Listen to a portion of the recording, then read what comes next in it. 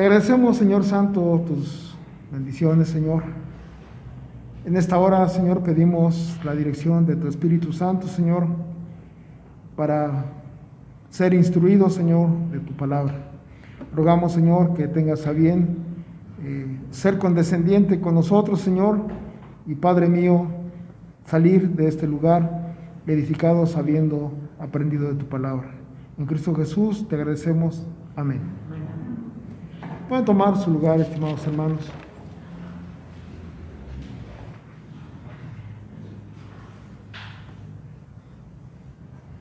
Es digno de destacar un punto muy importante en este día,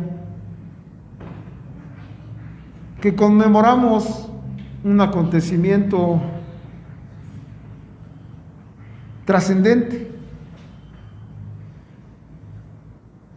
visto desde todos los aspectos histórico y espiritual.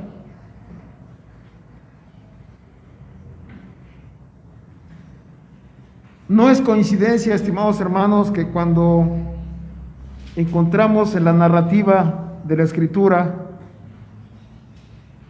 desde unos días anteriores el Señor estaba diciendo que Él iba a padecer e iba a ser entregado en manos de los gentiles e iba a padecer.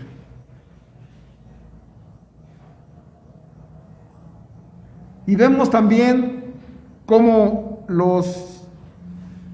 vamos a llamarlos los clérigos, la crema innata del clero en aquel entonces, por así decirlo, estaban con cierto temor de que no se llevase a cabo, o que se llevase a cabo, mejor dicho, este acontecimiento en la fiesta de la Pascua.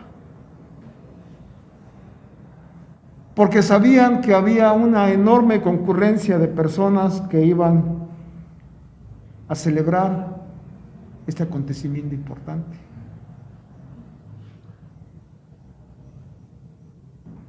Y quise empezar, estimados hermanos, con este versículo 7, para tomar en cuenta la trascendencia que hemos dicho. Y llegó el día de los panes sin levadura, en el cual era necesario sacrificar el cordero de la Pascua.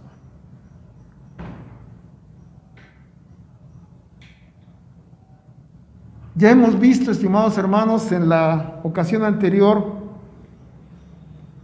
la aplicación que se hace en el libro de los Hebreos acerca del sumo sacerdote.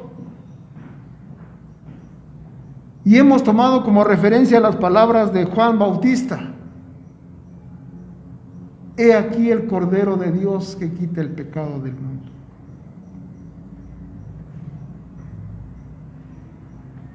Y quiero hacer un pequeño acotamiento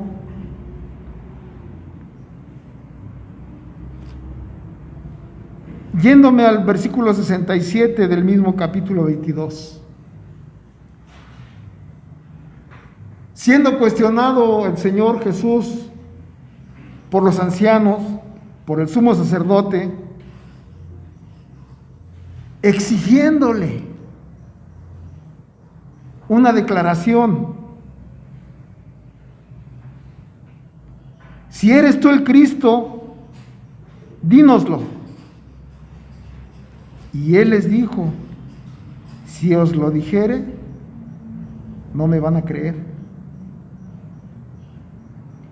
Y dice ahora: y si les pregunto, no me van a responder y ni me van a soltar. Regreso.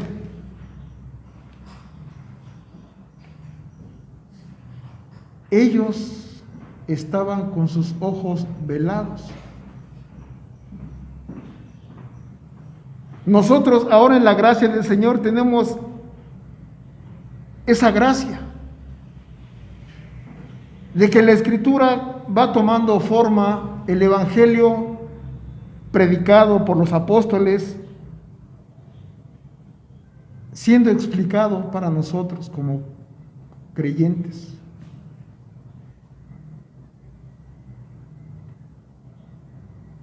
Y cómo el Señor declara que Él es el Cordero Pascual. Recordemos el sinónimo de la Pascua. ¿Qué significa? Liberación.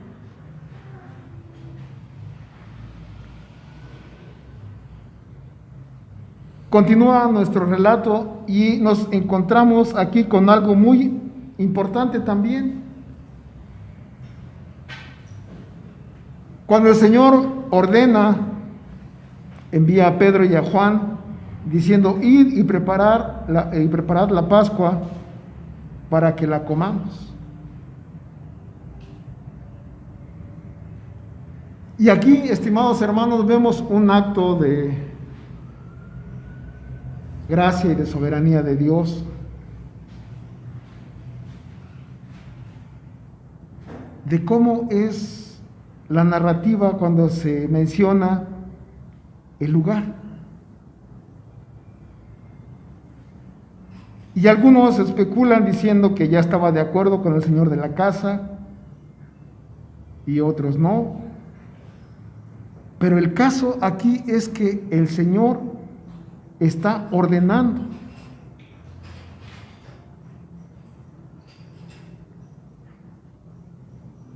Para que se le prepare un lugar donde Él va a conmemorar y a celebrar la salida del pueblo de Israel de Egipto.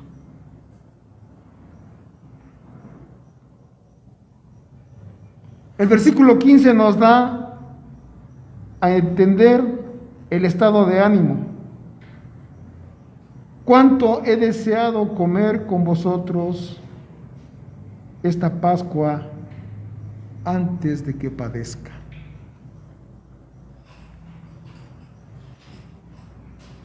Porque os digo que no la comeré más hasta que se cumpla en el reino de Dios. Y dice la Escritura que habiendo tomado la copa dio gracias y dijo: tomad esto y repartirlo entre vosotros, porque os digo que no beberé más del fruto de la vid hasta que el reino de Dios venga. Dos aspectos importantes. Tomó el pan, dio gracias y lo partió y dijo: esto es mi cuerpo que por vosotros es partido. Haced esto en memoria de mí. De igual manera, después de que hubo tomado la copa, diciendo: esta es la copa del nuevo pacto en mi sangre, que por vosotros es derramada. ¿Se acuerdan que ya hemos visto este punto? ¿Qué había dicho el profeta? Estableceré un nuevo pacto con la casa de Israel, porque ellos no permanecieron en mi pacto. Y aquí está el cumplimiento. Esta es la copa del nuevo pacto en mi sangre. Por eso decía hace rato, siempre recalcamos el derramamiento de la sangre preciosa de Jesucristo, porque tiene su importancia.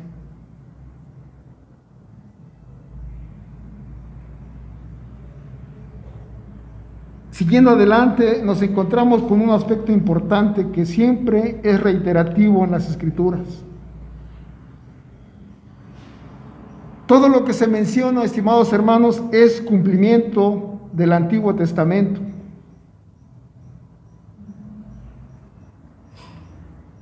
Desde la tipificación del Cordero, el derramamiento de su sangre, la liberación de la esclavitud y la vida. Porque los que no tuvieron la señal del pacto de Dios en sus puertas, padecieron muerte, la muerte de los primogénitos. Todo esto estaba tipificándose en la ley acerca de Jesucristo. Y vean ustedes la soberanía de Dios en todos los aspectos. Dice: mas he aquí la mano del que me entrega está conmigo en la mesa. A la verdad el Hijo del Hombre va según lo que está determinado, pero ay de aquel hombre por quien es entregado. ¿Recuerdan cómo cantamos cuando cantamos Soberano Señor de los mundos? Tus decretos cumpliéndose están en el cielo, en la tierra, en el averno, todo a ti sujetándose está. Y haciendo una conexión, estimados hermanos, con el versículo 31, vean ustedes, dijo también el Señor a Simón: Simón, he aquí, Satanás os ha pedido para zarandearos como trigo.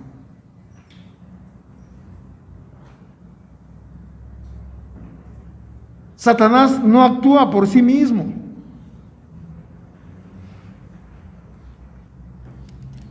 Dios es el que es soberano. Y no es como muchas veces afuera nos quieren representar como simplemente el bien y el mal. Como que hay una lucha pareja. Y uno es independiente del otro. Y eso es muy común en muchas culturas en la humanidad, desde la antigüedad. Lo vemos en Babilonia con los maniqueos, los vemos en Asia, como el yin y el, ¿qué más se llama el otro? El yang. Simplemente la lucha entre lo malo y lo bueno. Pero la Escritura dice: no, Dios es soberano.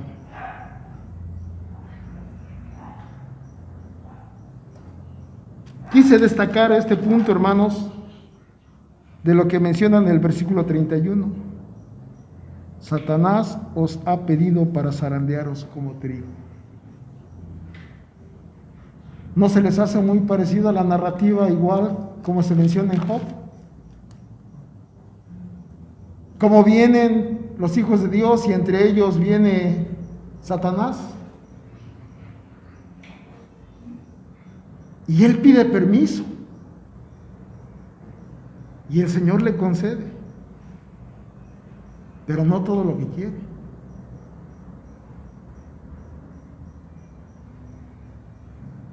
Y la narrativa ya la sabemos. Lo que estoy destacando es la soberanía de Dios.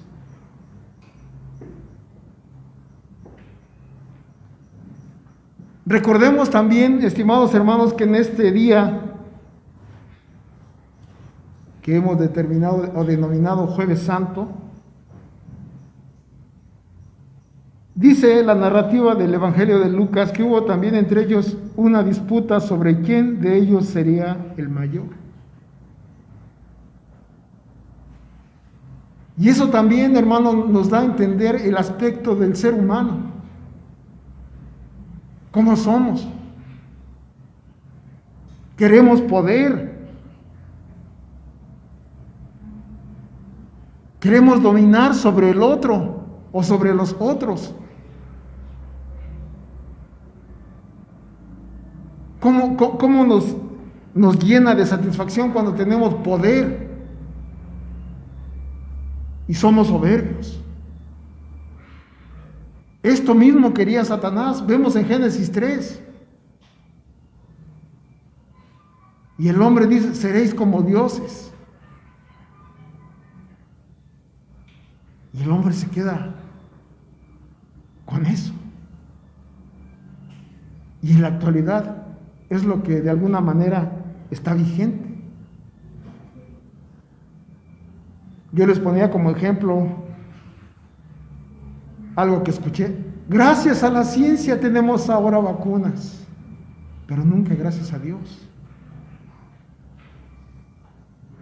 El hombre es el que se ensoberbece.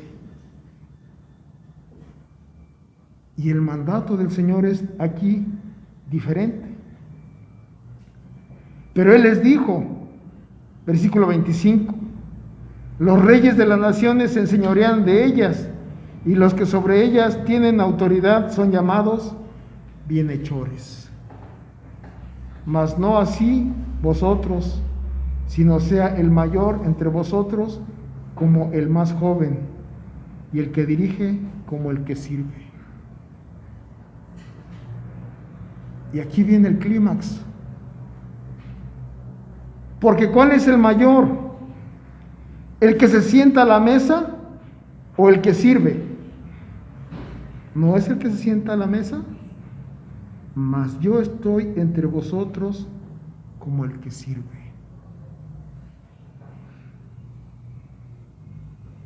Y como punto de referencia recordemos qué hizo el Señor Jesús esa noche. Lavó los pies de sus discípulos.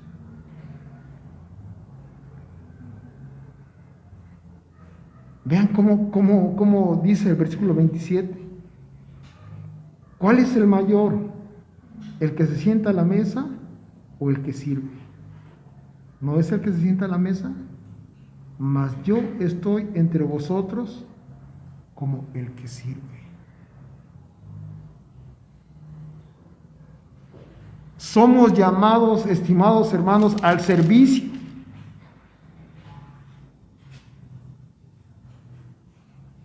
Somos llamados a hacer la voluntad de Dios a través de esto. Y en este caso de los apóstoles tienen la promesa. Dice el versículo 28, pero vosotros sois los que habéis padecido conmigo en mis pruebas. Yo pues os asigno un reino como mi Padre me lo asignó a mí, para que comáis y bebáis en mi mesa y en mi reino, y os sentéis en tronos juzgando a las 12 tribus de Israel.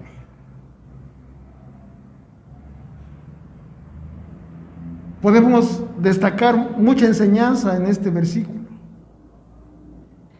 ¿Cuántos ahora se hacen llamar apóstoles? Y la promesa del Señor a sus apóstoles en este caso es que van a sentarse en la mesa del Señor y van a juzgar a las 12 tribus de Israel.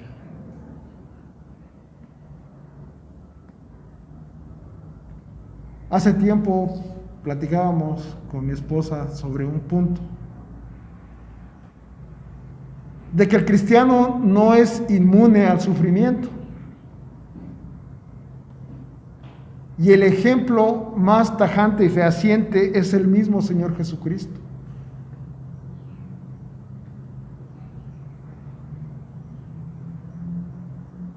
Muchas veces como cristianos nos sentimos como que inmunes.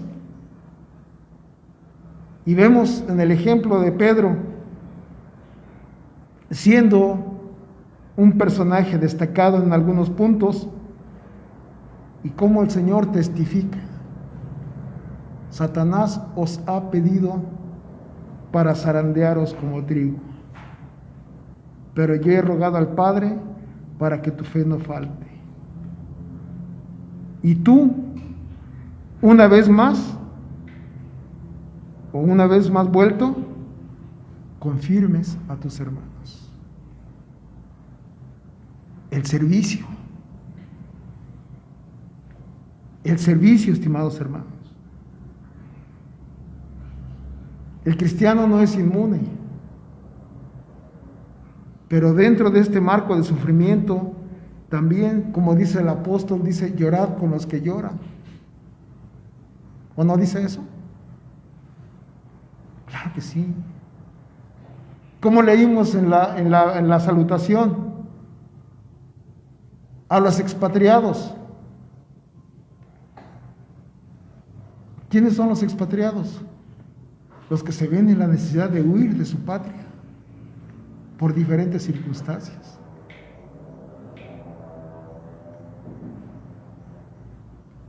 ¿Cuál es la consigna? El servicio. El servicio a la misma comunidad de fe. Y es lo que de alguna manera está destacando el Señor a Pedro. Tú has sido pedido para que seas zarandeado como trigo, pero en la gracia del Señor Jesucristo ora al Padre para que permanezca, no por Él, por Dios mismo. Y ya de alguna manera, habiendo permanecido, venga y conforte o confirme a sus hermanos. Y vemos la respuesta de una visión muy corta del apóstol Pedro. Y es la forma en que muchos reaccionamos. Señor, estoy dispuesto a ir no solo a la cárcel, sino a morir por ti. Y el Señor le dice, tranquilo, hoy antes de que el gallo cante, tú me vas a negar 3 veces.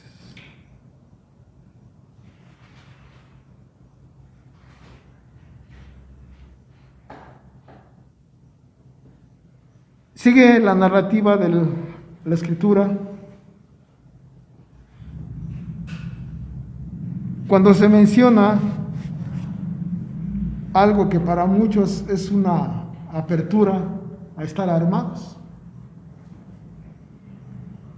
Y he encontrado algunos ministros, por gracia del Señor, no evangélicos. Aquí dice la Escritura que tengo que comprar una espada. Ya no se usan espadas, pero sí puedo comprar una pistola. Aquí dice. Y lo usan como pretexto. Y volvemos a lo que la Escritura es reiterativa.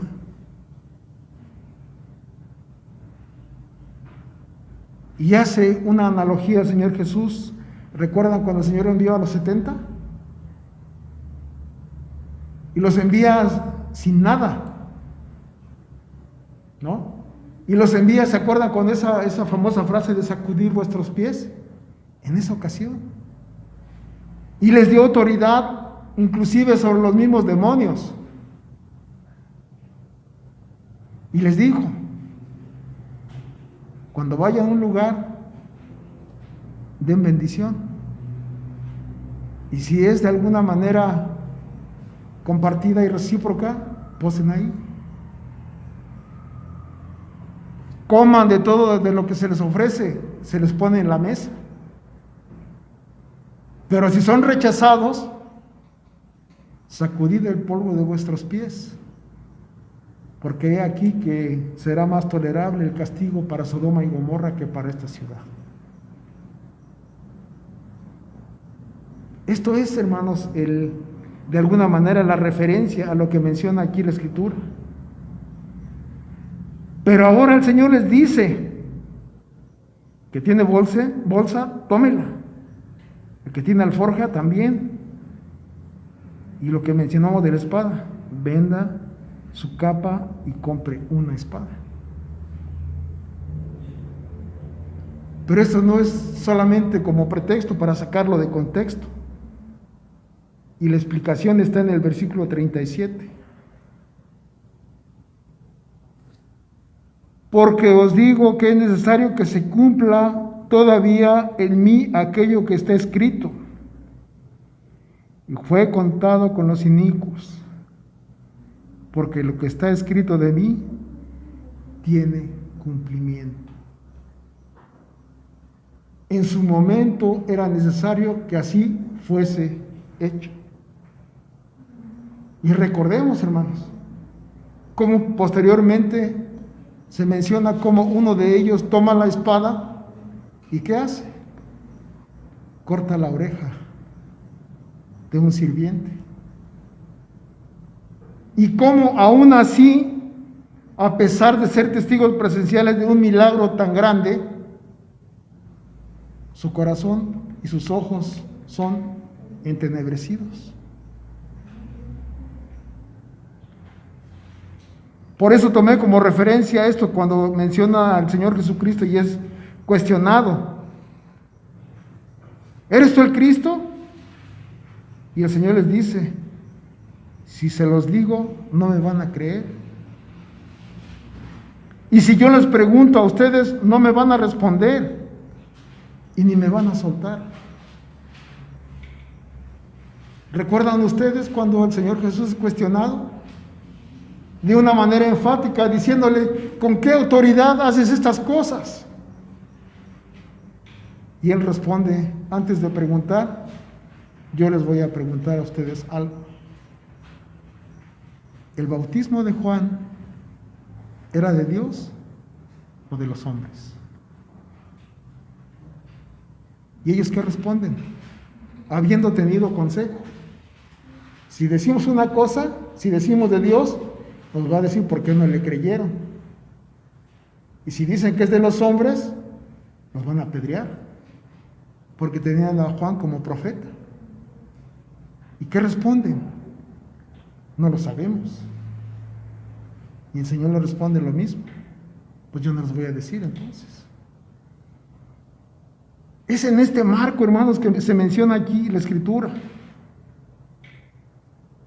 Aún así, en esto que estaba aconteciendo, estaba siendo cumplida la palabra de Dios.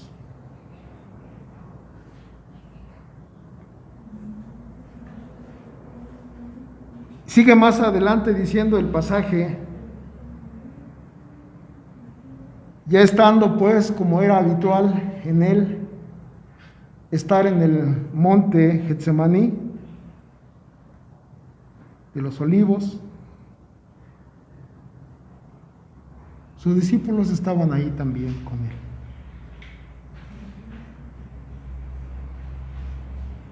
Y él empieza a orar y a angustiarse.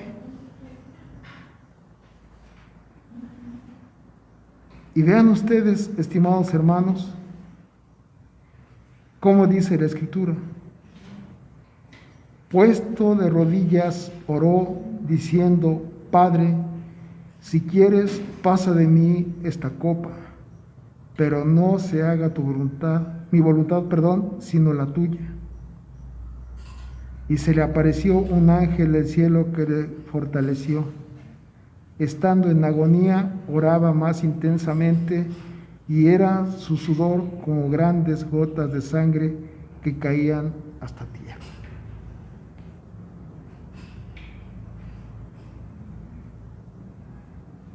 No podemos imaginarnos, estimados hermanos, la angustia. La Escritura menciona aquí agonía. Él sabía perfectamente lo que le esperaba. Y el aspecto humano aquí es el que de alguna manera está siendo destacado. En suma agonía decía al Señor, al Padre: ojalá pasara esta copa, pero no se haga como yo quiero, sino como tú. ¿Y cómo describe aquí la Escritura la angustia del Señor Jesucristo? Agonía. Y él oraba más intensamente, y era su sudor como grandes gotas de sangre que caían a tierra. Y de ahí se desprende también la frase que también muchos de nuestros pastores usan, y es correcto. Y les dijo: ¿por qué dormís? Levantaos y orad para que no entréis en tentación. Esto es lo que de alguna manera determina Juan Calvino en sus instituciones, diciendo que es un medio de gracia.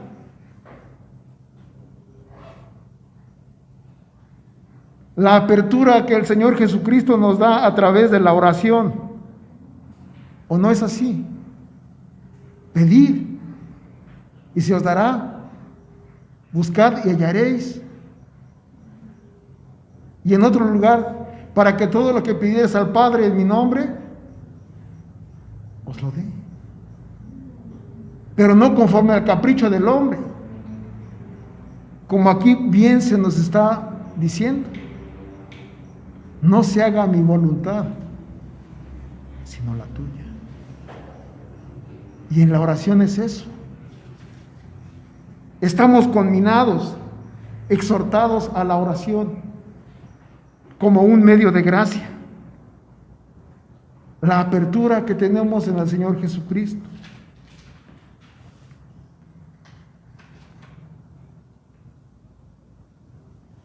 Sigue la narrativa de este día, ya noche, que menciona aquí también la Escritura. Mientras él aún hablaba estas cosas, dice la Escritura, se presentó una turba, y el que se llamaba Judas, uno de los 12, iba al frente de ellos y se acercó hasta Jesús para besarle. Era la seña o la señal.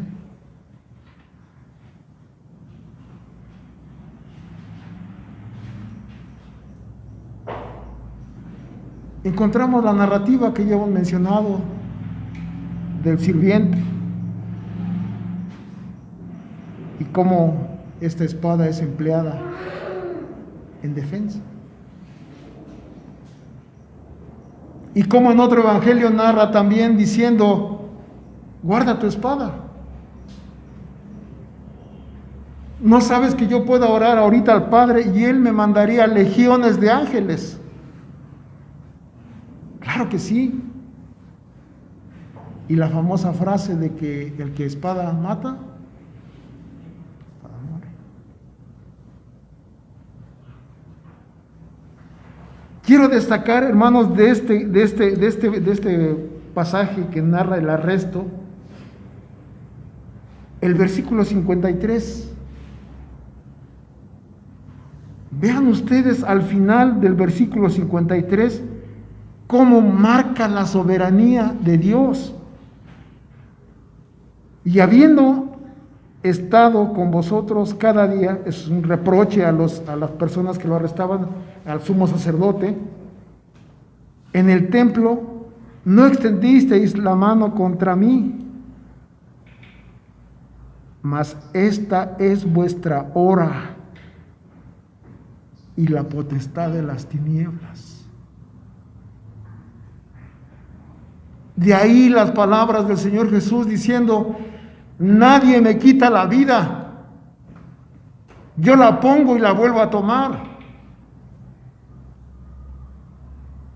Y es lo que de alguna manera está expresando aquí. Dios está concediendo a estas personas el que lo hagan, porque es la voluntad de Dios. Mas esta es vuestra hora y la potestad de las tinieblas. No era cosa cualquiera.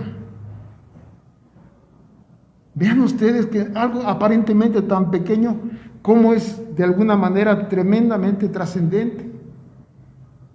El control que tiene Dios sobre su creación, sobre las personas.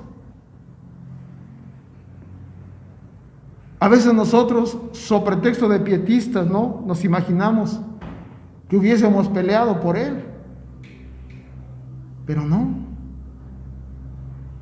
Como el mismo Señor Jesús decía, es necesario que todo lo que esté escrito de mí tenga cumplimiento. Y aquí está, hermanos. Y ya siendo capturado el Señor Jesús, le llevaron y le condujeron a casa del sumo sacerdote. Y vemos también la narrativa de cómo el apóstol Pedro, infiltrado, por así decirlo, entre estas personas, llega hasta el patio de la casa del sumo sacerdote.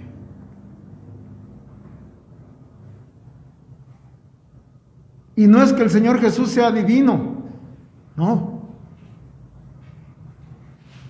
Él sabía a cabalidad lo que iba a suceder, porque en el plan de Dios estaba determinado así. Y vemos la narrativa de este hombre, cómo es de alguna manera cuestionado, increpado. Tú estabas con ellos. No, mujer, no. Y viene otro y le dice, sí, tú eres parte de ellos. Y el tercero, que de alguna manera es más crucial, y en otro texto paralelo a este menciona, tú eres Galileo, y tu tono de hablar te delata.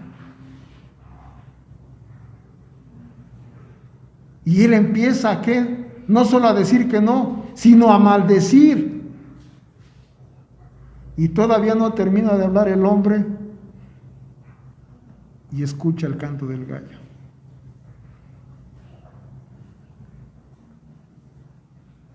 Lo desnuda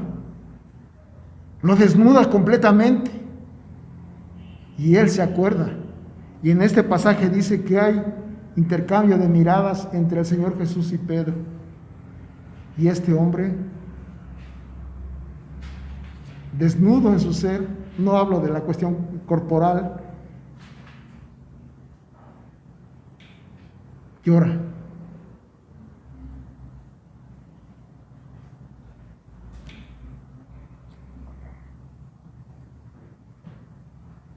Esto nos describe, hermanos, a nosotros tal cual, como seres humanos, cuando confiamos en nosotros mismos.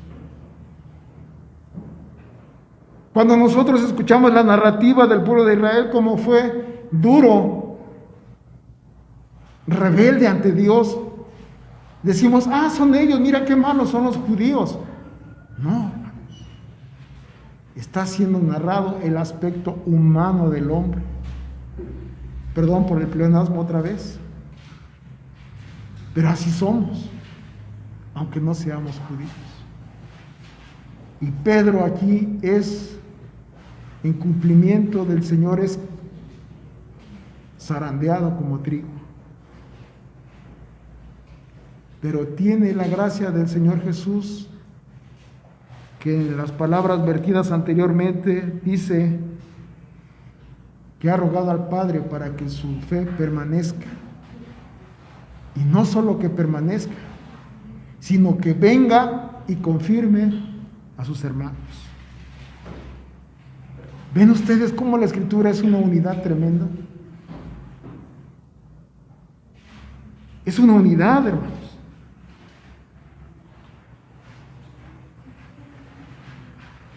Ya en poder de las personas que custodiaban al Señor Jesús,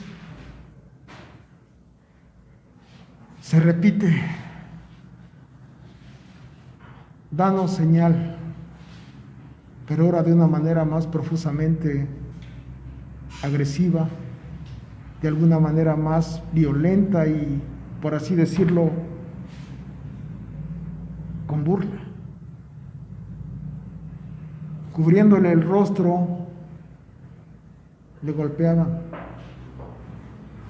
diciendo todavía, profetízanos quién te pegó.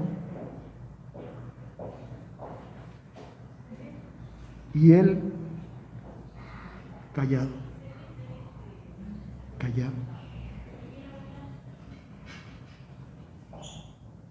Quisiera, hermanos, terminar tomando como referencia versículo 19 del mismo capítulo de Lucas 22. Tomó el pan y dio gracias y lo partió y les dijo, diciendo: esto es mi cuerpo que por vosotros es dado. Bien, haced esto en memoria de mí. Y en la sangre del nuevo pacto igual. Esta es la copa del nuevo pacto en mi sangre, que por vosotros es derramada.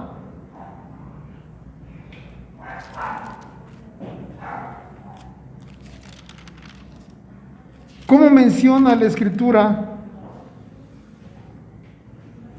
en la narrativa del apóstol Juan? Cuando encontramos un acontecimiento tremendamente grande,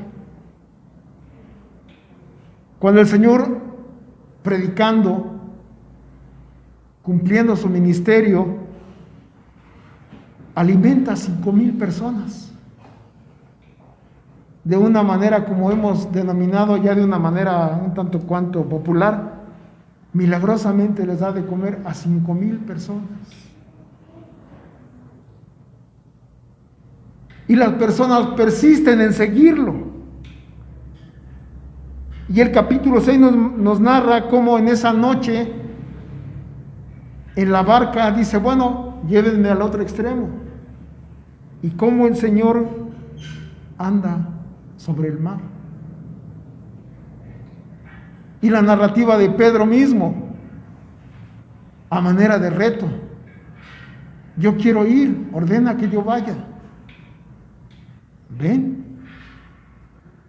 ¿Ven ustedes ese intercambio, ese permiso? Ordena que yo vaya.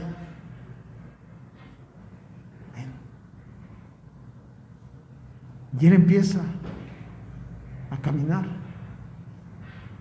pero hay una duda en él y él empieza a sucumbir.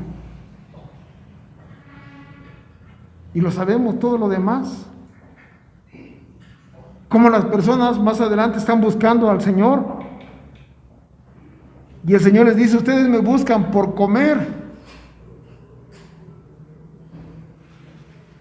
Y lo que quiero destacar, estimados hermanos, como en esta cuestión, que no es nada furtiva ni es porque sí, la explicación de esto es mi pan. Jesús dice: yo soy el pan de vida. Trabajad no por la comida que perece, sino por la comida que a vida eterna permanece, la cual el Hijo del Hombre os dará. Vean ustedes, os dará. Porque a este señaló Dios el Padre. ¿Cuál es la obra? Esa es la obra de Dios, que creáis en el que Él ha enviado. Y habla de Dios. Por eso la Escritura dice: seréis enseñados por Dios mismo, por Jesucristo mismo, y ahora a través también de su palabra y su Espíritu Santo.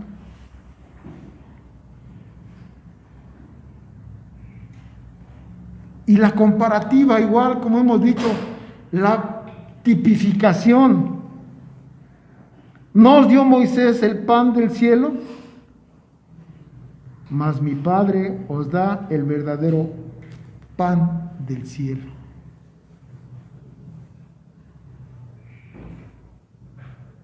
Los padres del pueblo de Israel comieron del maná y murieron. Y el Señor lo dice ahora: yo soy el verdadero pan del cielo. Y no solo eso, Jesús les dice: yo soy el pan de vida. El que a mí viene nunca tendrá hambre, y el que en mí cree no tendrá sed jamás. Mas os he dicho esto, que aunque me habéis visto, no creéis.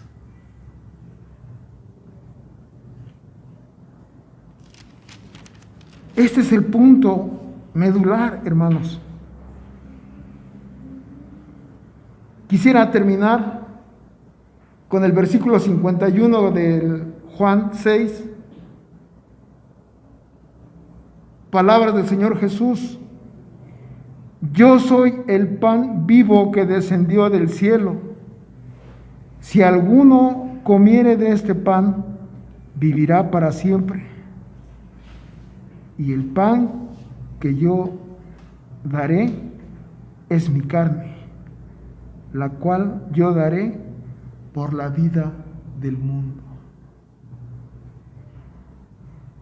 ¿Ven ustedes cómo esto que se narra en el Evangelio tiene sentido en lo que estamos conmemorando hoy?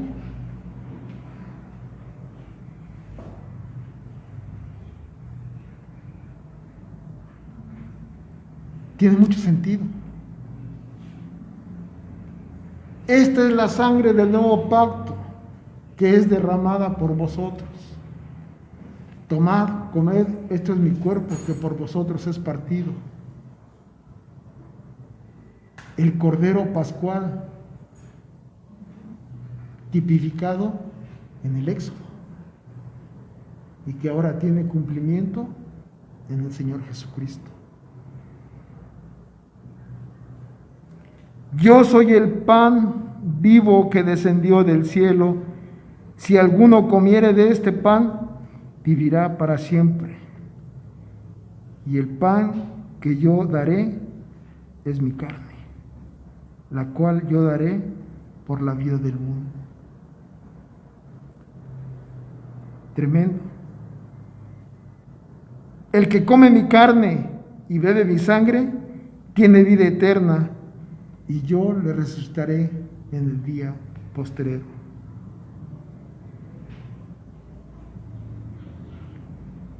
¿Ven ustedes, hermanos, la importancia que tiene? Entonces, ahora nosotros, cuando participamos de la Santa Cena, estamos dando cumplimiento a esto. Estamos siendo partícipes de la carne y de la sangre del Señor Jesucristo.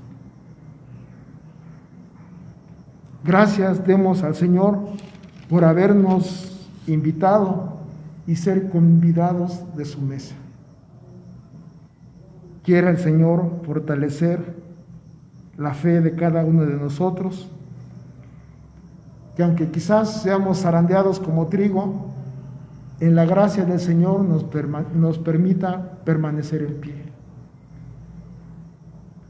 Y quiera el Señor, hermanos, que en cada uno de nosotros el Señor, en su gracia, nos haya convidado de su mesa.